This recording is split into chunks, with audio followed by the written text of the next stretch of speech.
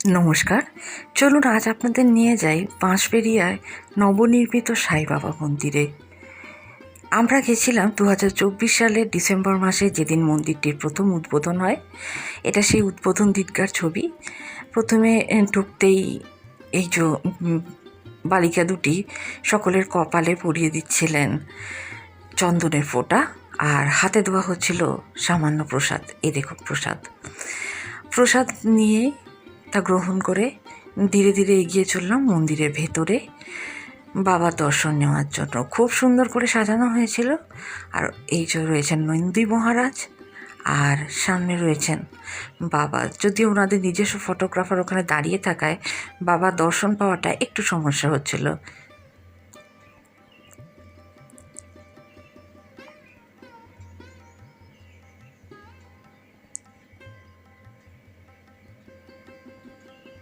দেখতেই পাচ্ছেন বেশ কিছু ভক্তের সমাগম হয়েছে। এবার এক পা দুপা করে এগিয়ে চললাম বাবার দর্শন নিতে। তখনও মন্দিরের উদ্বোধন হয়নি, লাল ফিতে রয়েছে। এই দেখুন বাবার দিব্য মূর্তি, পুজো চলছিল তখন। খুব সুন্দর করে সাজানো।